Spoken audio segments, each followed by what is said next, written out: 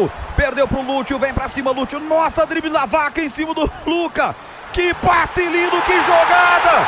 Bola na ponta direita, atenção, Canóbio já meteu na ponta. Chegou Serda, rolou na boca do gol. John Kennedy driblou, vai fazer o golaço, bateu, que golaço. E que golaço do Fluminense.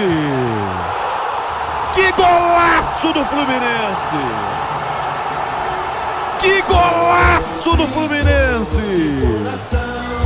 Gol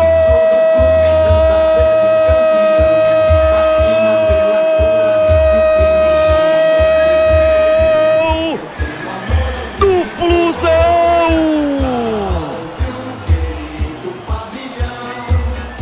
É de encher os olhos. Que lindo, que lindo, lindo demais o gol de John Kennedy.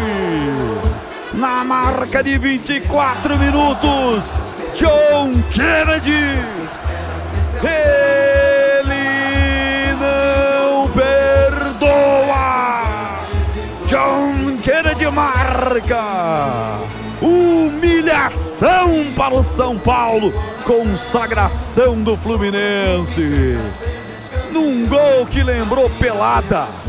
É que é o que o São Paulo hoje em dia é um time de pelada. O Fluminense não quer nem saber. Aplicou um play no futebol arte. Botou o São Paulo na roda. 4 dribles humilhantes no Maracanã. Para fazer, na minha opinião, o gol mais bonito do Campeonato Brasileiro até aqui. Fatal, letal o Fluminense. 4-0 para cima do São Paulo.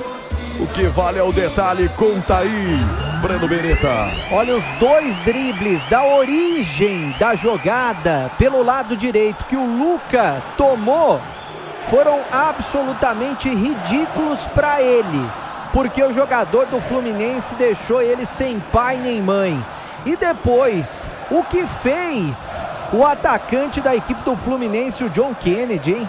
Ele limpou 2 jogadores do São Paulo, um deles inclusive o Alisson, que entrou agora há pouco no segundo tempo e parece que está cansado já, ficou apenas olhando. Um jogador do São Paulo olha para o outro e que golaço, que frieza do John Kennedy, tirando a nhaca do corpo, a urucubaca do corpo, marcando o 4º gol do São Paulo. Ele chutou rasteiro no cantinho esquerdo do Yang, que nada pôde fazer.